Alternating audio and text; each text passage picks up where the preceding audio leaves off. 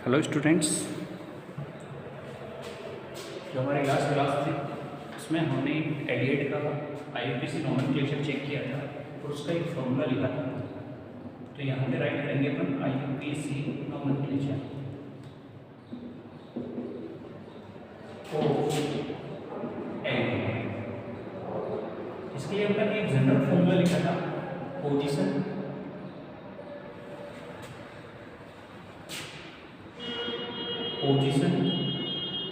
फिर name of substituent, उसके बाद लिखा था अपन ने रूट नेम, फिर राइट किया था अपन ने प्राइमरी सफिक्स। और प्राइमरी सफिक्स किसके अकॉर्डिंग था? प्राइमरी सफिक्स था जो कार्बन कार्बन बॉन्ड्स होते हैं, सिंगल बॉन्ड, डबल बॉन्ड और ट्रिपल बॉन्ड, उस बेसिस पे। इसके बाद अपने यहाँ पे लिखा था पोजीशन और सेकेंडरी सफिक्स। और सेकेंडरी सफिक्स यहाँ पे अपन किसके लिए लिख रहे थे? जो अपना हमारा मेन फंक्शनल ग्रुप है, मेन फंक्शनल ग्रुप। इसमें हम एलिगेट की नोमेनक्लेचर कर रहे हैं, तो यहाँ पे हमारे लिए क्या आएगा? ए एल, क्योंकि अपन एल्डिहाइड के लिए क्या लिखते हैं? सफिक्स क्या लिखते हैं? ए एल लिखते हैं। ये हमारा एक सिस्टम था। इस बेसिस पे हमने कुछ एग्जांपल्स आप चेक कर लेंगे, जैसे CH3 CHO है, HCHO है, CH3 CHO है। इसके अलावा और एग्जांपल में राइट करें CH3 CH2 CH3 CHO है, CH3 CH2 CHO है। इस तरह के बहुत सारे एग्जांपल्स अपन देख सकते हैं। इन एग्जांपल्स के बेसिस पे ही अपन को क्या करना है? इनकी नेमिंग करनी है। अब देखो, सबसे पहले अपन को क्या करना है? आईयूपीएसी का रूल क्या कहता है? सबसे लॉन्गेस्ट डिस्टेंस सेलेक्ट करनी है, पहला रूल है। फिर नंबरिंग की बात करता है कि नंबरिंग किधर से करनी है अपन को, कि जिधर से कोई फंक्शनल ग्रुप हो, कोई सब्स्टिट्यूएंट हो, कोई एल्केन ग्रुप हो, उसको कम से कम अंक मिले। साथ में आईयूपीएसी का रूल ये भी कहता है कि अगर कोई फंक्शनल ग्रुप हो और वो कार्बन कंटेन करता हो, कार्बन ग्रुप रखता हो, तो उस कार्बन को आपको श्रृंखला में शामिल करना ही पड़ेगा।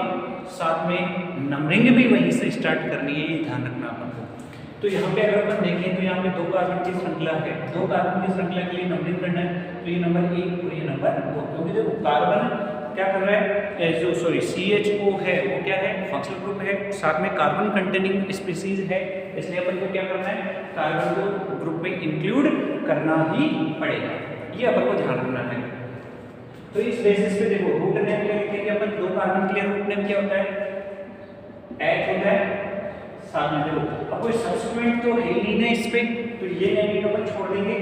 रूट नेम आ गया। रूट नेम के बाद जब क्या होगा? प्राइमरी सफिक्स है। प्राइमरी सफिक्स किस बेसिस पे करते हैं अपन? प्राइमरी सफिक्स करते हैं अपन जो कार्बन कार्बन बॉन्ड होता है उसके बेसिस पे। तो यहाँ पे आप चेक करेंगे कार्बन कार्बन के बीच में कौन सा बॉन्ड है? सिंगल बॉन्ड है, तो सिंगल बॉन्ड के बेसिस पे अपन क्या लिखेंगे? इथेन। ओके, आगे देखो पोजीशन और उसके साथ सेकेंडरी सफिक्स से जो फंक्शनल ग्रुप है हमारा मेन फंक्शनल ग्रुप, इसको यहाँ पे एलिगेट है तो एल लगाएंगे, तो एथेन के आगे एल लगाएंगे, तो देखो E प्लस ए मिलकर ए हो जाएगा, नाम हो जाएगा इथेनॉल। क्या हो जाएगा? इथेनॉल। कई स्टूडेंट्स सोचते होंगे कि सर यहाँ पे अपन पोजीशन नहीं दे सकते क्या फर्स्ट कार्बन के लिए? तो हम ये कहते हैं कि मेथेनॉल और इथेनॉल के लिए पोजीशन की कोई जरूरत नहीं होती, और जब यौगिक में एक ही क्रियात्मक समूह और कार्बन कंटेनिंग हो तो हमेशा वो फर्स्ट पोजीशन पे जाता है, तो इसलिए अपन को जरूरत नहीं होती। हम नहीं भी अगर लिखे इसकी नंबरिंग तो भी कोई फर्क नहीं पड़ता, ये अंडरस्टूड होता है, ये अपने आप अनुमान लगाया जाता है कि यहाँ पे जो फंक्शनल ग्रुप है वो नंबर 1 पोजीशन पे है, तो इसका नाम क्या हो गया? इथेनॉल। सेकंड स्पीसीज की बात करते हैं। सेकंड स्पीसीज क्या है? HCHO, एक ही कार्बन है। एक कार्बन के लिए अपन क्या यूज करते हैं? मीथेन प्लस एल्डिहाइड ग्रुप भी है, तो methane plus L equals to methanol हो जाएगा, इसका नाम क्या हो जाएगा? मिथेनॉल। तीसरी स्पीसीज की बात करते हैं, तो देखो कार्बन कंटेनिंग फंक्शनल ग्रुप है। कार्बन कंटेनिंग फंक्शनल ग्रुप अगर आता है तो हमको नंबर 1 देना पड़ेगा, ये नंबर 2। अब अपने पास दो रास्ते हैं, जहां लॉन्गेस्ट चेन होती है हम उसको सेलेक्ट करेंगे। जाऊंगा 2 के बाद 3, यहाँ से आ जाऊंगा 2 के बाद 3। इसका मतलब दोनों कार्बनों में श्रृंखला कैसी बन रही है, समान बन रही है। इस बेसिस पे अपन इसको नंबर 3 दे दें, ठीक है। तो देखो नेम लिखने का पैटर्न वही होना है ना, सबसे पहले रूट नेम लिखोगे, रूट नेम देखो कितने कार्बन आ रहे हैं, 3 आ रही है नंबरिंग, तो 3 कार्बन के आधार पर अपन क्या करेंगे, प्रो। आगे चलो प्राइमरी सफिक्स सिंगल बॉन्ड है एन, सेकेंडरी सफिक्स एल लगाएंगे, पोजीशन के साथ लगा भी सकते हो, नहीं भी लगा सकते हो, तो प्रोपेन एल कह दें या 1 एल कह दें, प्रोपेन 1 एल। अब यहाँ पे ये नाम बचा हुआ देखो अपना, सब्स्टिट्यूएंट यहाँ पे एक है, और कौन सा सब्स्टिट्यूएंट है हम इसको पहचान सकते हैं, ये मिथाइल है। कौन सी पोजीशन पे है, वो पोजीशन पे इसकी लिखनी है, तो पोजीशन क्या आ जाएगी, तो कौन सी पोजीशन पे 2 पे है, कौन सा ग्रुप है, मिथाइल, तो नेमिंग हो जाएगी 2 मिथाइल प्रोपेन 1 एल हो जाएगी इसकी naming. Okay, next example check करते हैं अपन। नेक्स्ट एग्जांपल क्या दे रखा है, अब यहाँ पे भी सेम वही कंडीशन है कि ये नंबर 1 है, ये नंबर 2, ये नंबर 3 और ये नंबर 4। 2 के बाद 3 भी आ सकते थे, लेकिन 3 क्या है, यहाँ पे लोवेस्ट चेन है, यहाँ पे 3 कार्बन की चेन बनेगी, यहाँ पे 4 कार्बन की बन रही है। 4 कार्बन के बेसिस पे रूट नेम क्या लिखते हैं अपन, ब्यूट, सिंगल बॉन्ड है ANE ब्यूटेन, साथ में 1 पे L और 2 पे कौन सा ग्रुप आ रहा है, मिथाइल, तो नेमिंग क्या हो जाएगी 2 मिथाइल ब्यूटेन 1 L हो जाएगी। इसमें तो स्ट्रेट चेन आ रही है, लास्ट वाले एग्जांपल्स में चेक करोगे तो ये नंबर 1 2 3 4 5 कार्बन के लिए रूट नेम क्या होता है, pent, primary suffix single bond के बेसिस पे N, 1 पे है L, और इसमें कोई ग्रुप नहीं है, इसलिए अपन इसकी सिंपल नेमिंग कर सकते हैं पेंटेन 1L, या पूरा नाम जो भी लिखेंगे तो पेंटेनेल बन जाएगा, इसका नाम क्या बन जाएगा, पेंटेनेल, ये इसकी नेमिंग हो जाएगी।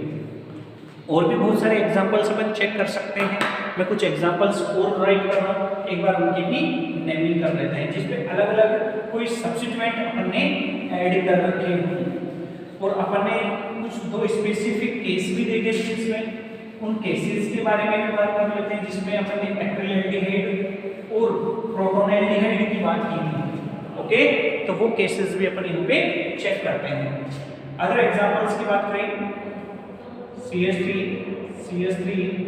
CHO है, ऐसे एग्जांपल्स अपन दे सकते हैं, CHO, और ये मल्टीपल बॉन्ड्स यहाँ पे राइट करें,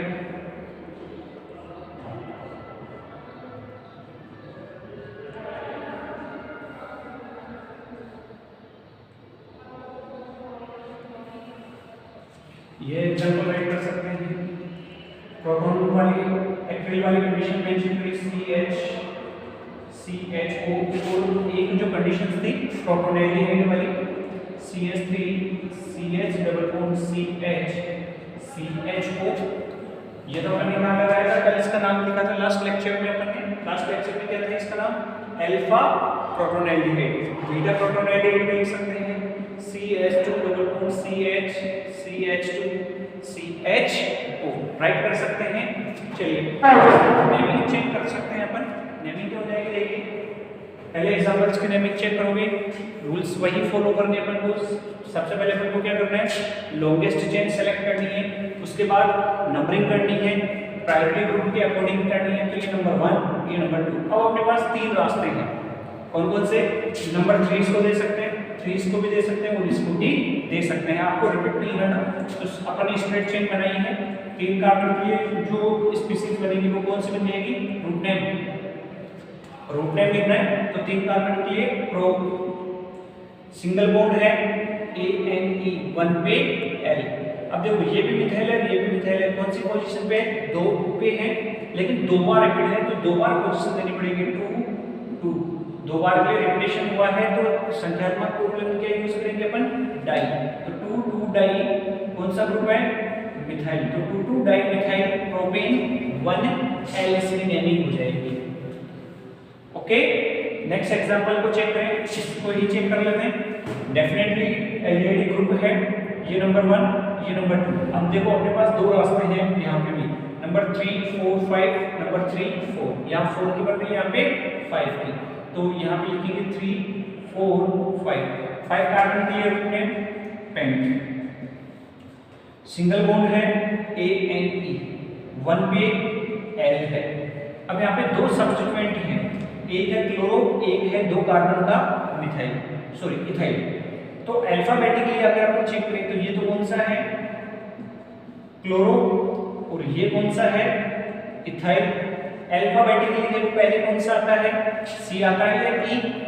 C आता है, इसलिए अपन नेमिंग करेंगे। C कौन से पे है, 4 पे, तो नेमिंग करेंगे 4 क्लोरो, 2 पे है इथाइल, तो नेमिंग हो जाएगी 4 क्लोरो 2 इथाइल पेंटेन 1L, या फिर 4 क्लोरो 2 इथाइल 1 पेंटेनल, या पेंटेनल भी कह सकते हैं। ओके, इस एग्जांपल्स को चेक करते हैं। तो यहाँ पे अपने पास 1 2 3 4 5 की बन रही है, यहाँ से चेक करोगे 1 2 3 4 5 की बन रही है। दो कंडीशंस हैं और दोनों ही कंडीशंस में अपन को क्या नजर आ रहा है, 5-5 कार्बन की श्रृंखला नजर आ रही है। तो सबसे पहले अपन कौन से कार्बन को, कौन सी श्रृंखला सिलेक्ट करेंगे जिसमें फंक्शनल ग्रुप भी आ जाए, और अगर फंक्शनल ग्रुप में कार्बन है तो वो श्रृंखला में सम्मिलित भी हो जाए। तो यहाँ से देखो, अब मल्टीपल बॉन्ड्स में और फंक्शनल ग्रुप में से प्रायोरिटी किसको मिलती है, हमेशा फंक्शनल ग्रुप को मिलती है, ये ध्यान रखना अपन को। तो प्रायोरिटी किसको देंगे, ये 1, ये नंबर 2, ये नंबर 3 4 एंड 5। अगेन 5 की चेन बन रही है, तो 5 कार्बन के लिए रूट नेम क्या लिखेंगे अपन, पेंट। सिंगल बॉन्ड है या डबल बॉन्ड, डबल बॉन्ड आ गया देखो यहाँ पे, तो पेंट के बाद में थर्ड पोजीशन पे देखो, थर्ड पे आ रहा है, इधर से चलेंगे थर्ड पे आ गया, थर्ड इन और 1 पे L। अब यहाँ पे कोई सब्स्टिट्यूएंट बचा हुआ है क्या, बिल्कुल बचा हुआ है ये वाला। ये सब्स्टिट्यूएंट कौन सा है, एक कार्बन का मिथाइल, कौन सी पोजीशन पे, 2 पे, तो नेमिंग हो जाएगी 2 मिथाइल पेंट 3 इन 1L, या 3 पेंटीन 1L भी कह सकते हैं, पर कोई दिक्कत नहीं है। अब ये जो अपने स्पेशल केस थे जिसका अपन ने सामान्य नामकरण क्या किया था, एक्रिलैल्डिहाइड कहते हैं इसको। एक्रिलैल्डिहाइड का आईयूपीएसी नामकरण करते हैं तो डेफिनेटली भाई ये 1 2 3 3 कार्बन के लिए रूप में प्रोप। सिंगल बॉन्ड है या डबल बॉन्ड, डबल बॉन्ड है, कौन सी पोजीशन पे, 2 पे, तो प्रोप 2 इन 1L। कोई सब्स्टिट्यूएंट नहीं है, कोई एल्किल ग्रुप नहीं है, सिंपल नेमिंग है प्रोप 2 इन 1L। सेम कंडीशन 1 2 3 4, 4 कार्बन के लिए ब्यूट, 2 पे है इन और 1 पे है L, तो नेमिंग हो जाएगी ब्यूट 2 इन 1L। वापस रिपीट कर रहा हूँ, नेमिंग क्या हो जाएगी, 4 कार्बन के लिए ब्यूट, 2 पे है डबल बॉन्ड और 1 पे है L, तो नेमिंग हो जाएगी ब्यूट 2 इन 1L। लास्ट एग्जांपल को चेक करें तो सेम यही कंडीशन होगी, 1 2 3 4, 4 कार्बन के लिए ब्यूट, 3 पे है इन और 1 पे है L, तो नेमिंग क्या हो जाएगी, ब्यूट 3 इन 1L हो जाएगी इसकी नेमिंग। ये एल्डिहाइडों की जनरल अपन आईयूपीएसी नेमिंग की बात करते हैं। सेम इसी पैटर्न में हम किसी भी फंक्शनल ग्रुप कंटेनिंग स्पीशीज का नामकरण कर सकते हैं। केवल चेंज कहाँ से करना है, अगर कोई दूसरा ग्रुप आता है तो जो सेकेंडरी सफिक्स है जो अपन ने मेन फंक्शनल ग्रुप की बात की है, इसमें आपको ये चेक करना पड़ेगा कि फंक्शनल ग्रुप कौन सा आ रहा है, बाकी रूल्स वही के वही रहेंगे। तो चेक कीजिए एक बार इनको और आराम से एक बार इनको देखिए और समझिए। ओके, तो ये आईयूपीएसी नोमेनक्लेचर था एल्डिहाइड का। अब बात करते हैं इसी यूनिट में जो सेकंड पॉइंट बचा हुआ अपना कीटोन्स। कीटोन्स का जो नामकरण है वो भी किया जाएगा और 2 ही बेसिस पे किया जाएगा उसका भी। पहली जो बेसिस होगी वो ट्रिवियल नेम सिस्टम की बात करेंगे। एल्डिहाइड में तो क्या था, सोर्सेज के बेसिस पे था, लेकिन कीटोन्स में सोर्सेज की बेसिस पे नहीं किया जाता नोमेनक्लेचर। उनका नोमेनक्लेचर जनरल किया जाता है, जनरल मेथड जिसको हम कॉमन नेम सिस्टम की बात करते हैं। तो एल्डिहाइड के बाद टॉपिक स्टार्ट करेंगे अपन कीटोनों का नामकरण। तो nomenclature of ketone, nomenclature of ketone. अब कीटोन के नामकरण के लिए भी दो मेथड है। पहला मेथड कौन सा है? कॉमन नेम सिस्टम की बात करें, पहला मेथड है कॉमन नेम सिस्टम। कौन सा है? Common name system. Common name system में जो कीटोन का नामकरण किया था वो दो तरह से किया जा सकता है, क्योंकि कीटोन हमारे पास एक से अधिक प्रकार के हो सकते हैं। कौन कौन से हैं चेक कर ले। ठीक है, तो जो कीटोन होंगे वो होंगे हमारे पास दो तरह के, कितने प्रकार के? दो तरह के। पहला है सममित कीटोन, दूसरा है असममित कीटोन। तो पहला कौन सा है? सममित कीटोन, और दूसरा है असममित कीटोन। अब बात यह आती है कि सममित कीटोन तो क्या है और असममित कीटोन क्या है। हमको ये भी पता है कि जो कीटोनिक समूह होता है वो ये होता है, कीटोनिक समूह ये होता है। इस कीटोनिक समूह के आधार पर हम सममित और असममित कीटोन की बात करते हैं कि यदि कार्बोनिल ग्रुप पर उपस्थित दोनों एल्किल समूह समान प्रकृति के हों, समान प्रकृति के हो तो उन्हें सममित कीटोन कहते हैं। जैसे C डबल बॉन्ड O है, यहाँ पे R और R, तो यहाँ पे अपन कह सकते हैं कि यहाँ R बराबर R है, समान है दोनों के दोनों। ऐसी स्पीशीज क्या कहलाएंगी? सममित कीटोन कहलाती है, जिनमें दोनों एल्किल समूह ऐसे हो, समान प्रकृति के हो, तो सममित कीटोन कहलाते हैं। असममित कीटोन की बात करें तो बिल्कुल यही पॉइंट है, इसमें केवल चेंज कहां से करते हैं अपन? जहां समान प्रकृति के होते हैं उसकी जगह क्या कर देंगे? असमान या अलग अलग प्रकृति के कह सकते हैं। तो यहाँ पे क्या रहेगा? यदि कार्बोनिल समूह पर उपस्थित दोनों एल्किल समूह अलग अलग प्रकृति के हों, भिन्न भिन्न प्रकृति के हों, अलग अलग प्रकृति के हो तो उन्हें असममित कीटोन कहते हैं। क्या कहते हैं? असममित कीटोन कहते हैं। जैसे ये कीटो ग्रुप है, इस पे ये R और ये R अलग अलग हो जाए। मैंने एक को किससे रिप्रेजेंट कर दिया? R C डबल बॉन्ड को R डैश से रिप्रेजेंट किया। डैश का मतलब हमने कोई अलग एक ग्रुप लिया है। तो यहाँ लिख सकते हैं कि यहाँ R बराबर R डैश नहीं है, दोनों बराबर नहीं है। तो ध्यान रखना, सममित कीटोन्स क्या हो जाएंगे? परिभाषा क्या आ जाएगी इसकी कि यदि कार्बोनिल समूह पर उपस्थित दोनों एल्किल समूह समान प्रकृति के हों तो उन्हें सममित कीटोन कहते हैं। जबकि असममित कीटोन क्या हो जाएंगे? यदि कार्बोनिल समूह पर उपस्थित दोनों एल्किल समूह अलग अलग प्रकृति के हों तो उन्हें असममित कीटोन कहते हैं। R डैश लिखा जा सकता है, दोनों समान नहीं होते हैं। तो ध्यान रखना, सममित कीटोन यदि समान प्रकृति के हैं तो इनका नामकरण कैसे होगा? ये तो परिभाषा की बात थी। अब बात करते हैं नामकरण के लिए। अब यहाँ पे ये चीज अपन को ध्यान रखनी है कि जो एल्किल समूह है वो एल्किल समूह हमें पहचान में आने चाहिए।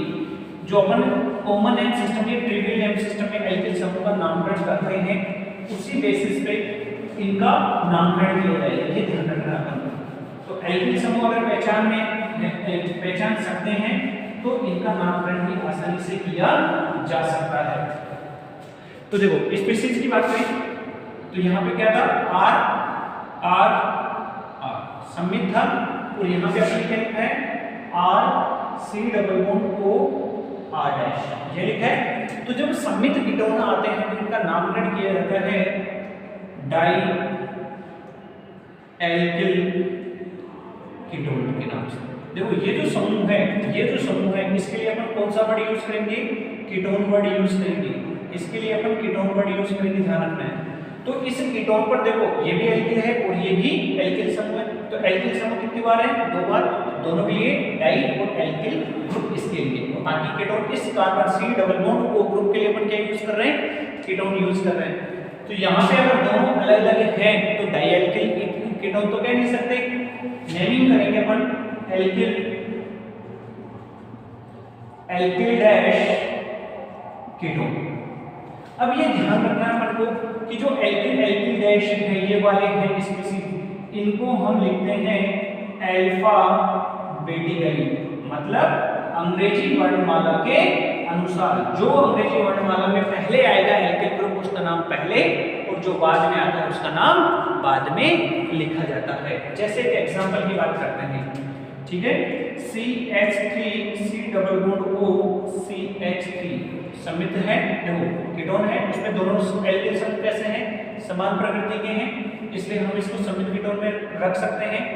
अब इसका नामकरण करना है। नामकरण के लिए क्या रूल दिया अपन ने? डाई एल्किल कीटोन का है।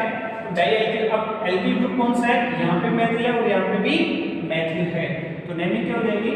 डाई मैथिल। अब ये जो समूह है C डबल बॉन्ड O है उसके लिए अपन क्या यूज करते हैं? कीटोन। तो नेमिंग क्या हो जाएगी? Di methyl ketone. ऐसे ही एक और एग्जांपल की बात करें, C2H5 C double bond O C2H5। तो यहाँ पे देखो ये भी एथिल, तो दोनों एथिल हैं, तो डाई एथिल कीटोन। एक और एग्जांपल अपन बात करते हैं, उस एग्जांपल पे अपन को ये ध्यान रखना है कि जो जनरल नेमिंग है वो भी इंक्लूड होती है। तो देखो नेमिंग क्या है? CH3 CH3 C double bond O CH3 CH3, ये कोई स्पीशीज है। इसमें ये एल्किल ग्रुप कौन सा है? अगर आप इस एल्किल ग्रुप की बात करते हो तो इसको अपन क्या लिखते हैं? आइसोप्रोपाइल लिखते हैं। तो देखो ये अगर आइसोप्रोपाइल है तो ये भी क्या हो गया? आइसोप्रोपाइल हो गया। तो दोनों का नाम सेम है, तो यहाँ पे हो जाएगा डाई आइसोप्रोपाइल कीटोन। तो ये ध्यान रखना है कि दोनों एल्किल समूह कैसे होंगे? समान प्रकृति के होंगे, तभी अपन क्या नामकरण करेंगे? डाई एल्किल कीटोन के आधार पर करते हैं। बात करते हैं असममित कीटोन्स के लिए, और असममित कीटोन में अपन को क्या लिखना है? एल्किल ग्रुप को अल्फाबेटिकली ऑर्डर में लिखना है कि जो अंग्रेजी वर्णमाला में पहले आएगा वो पहले और जो बाद में आता है वो बाद में लिखा जाता है। एग्जांपल्स देखते हैं। पहला एग्जांपल है CH3 C double bond O CH2 CH3, right. देखो देखिए ये कीटोन ग्रुप है मेरा, क्या दोनों एक जैसे हैं? नहीं है, यहाँ पे मैथिल है, यहाँ पे एथिल है। अब यहाँ पे मैथिल का M और एथिल का E, अल्फाबेटिकली पहले कौन आता है? E आता है। तो इसके हिसाब से अपन नेमिंग करेंगे तो क्या रहेगी नेमिंग अपनी? नेमिंग आ जाएगी एथिल मैथिल कीटोन। तो नामकरण क्या हो गया इसका? Ethyl Maithil ketone. ऐसे ही एग्जांपल की बात करें तो CH3 CH2 C double bond O CH3 CH3। अगर अभी देखो थोड़ी देर पहले मैंने इस ग्रुप को क्या नाम दिया था? आइसोप्रोपाइल। तो ये आइसोप्रोपाइल आ गया और ये कौन सा है? एथिल। लेकिन ध्यान रखना आइसो में जो एल्किल ग्रुप होते हैं जिसमें एन, आइसो और नियो लगाते हैं, हम उनको अल्फाबेटिकली ऑर्डर में कभी भी इंक्लूड नहीं करते। जैसे एथिल का E और आइसोप्रोपाइल में हम चेक करते हैं P, आइसो को यूज नहीं करेंगे। तो एथिल पहले आता है तो नेमिंग हो जाएगी इसकी एथिल आइसोप्रोपाइल कीटोन। क्या नाम हो जाएगा? एथिल आइसोप्रोपाइल कीटोन नाम हो जाएगा। इस तरह से हम बात करते हैं कॉमन सिस्टम में कीटोन्स के लिए दो तरह से नामकरण करते हैं, एक सममित कीटोन, दूसरा असममित कीटोन। सममित कीटोन के लिए नामकरण सामान्यतः डाई एल्किल कीटोन के हिसाब से, और असममित कीटोन्स के लिए एल्किल एल्किल डैश कीटोन। ये दोनों कैसे लिखते हैं अपन? अल्फाबेटिकली ऑर्डर में, जैसे कि यहाँ पे अपन ने लिखा है, और उनको अपन जनरली डाई एल्किल कीटोन की तरह लिख सकते हैं। तो ये अपन को ध्यान रखना है। नामकरण यहाँ पे जो कीटोन्स का नामकरण है कॉमन एंड सिस्टम्स है वो कंप्लीट है। कल या नेक्स्ट क्लास में अपन स्टार्ट करेंगे इन कीटोनों का IUPAC nomenclature. Okay, thank you, bye.